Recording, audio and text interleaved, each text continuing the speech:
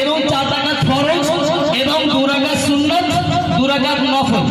চলো এরপরে আমরা বিকাল বেলা যেই নামাজটা পড়ি সেই নামাজ হচ্ছে আসর নামাজ। আসর অর্থে আমরা কত রাকাত নামাজ পড়ি? 8 রাকাত। হ্যাঁ কি 4 রাকাত সুন্নাত 4 রাকাত ফরজ। হ্যাঁ 4 রাকাত সুন্নাতে গায়ের মুআক্কিদা, 4 রাকাত সুন্নাতে গায়ের মুআক্কিদা এবং 4 রাকাত ফরজ নামাজ আদায় করি। মাগরিবের সময় আমরা কয় রাকাত নামাজ পড়ি? 7 রাকাত। আর টোটাল হচ্ছে 7 রাকাত। কি বল 3 রাকাত ফরজ 2 রাকাত সুন্নাত 2 রাকাত নফল। গুড। 3 রাকাত ফরজ 2 রাকাত সুন্নাত এবং 2 রাকাত নফল নামাজ আদায় করি। চলো এসার ওয়াক্তে আমরা মোট কত রাকাত নামাজ পড়ি? 17 রাকাত। কি 17 রাকাত?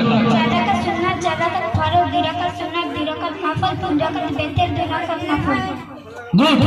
আমরা এসার ওয়াক্তে যে নামাজগুলো পড়ে থাকি 4 রাকাত সুন্নাতে গায়ের মুআক্কিদা, 4 রাকাত ফরজ, 2 রাকাত সুন্নাত, 2 রাকাত নফল, 3 রাকাত বেতের।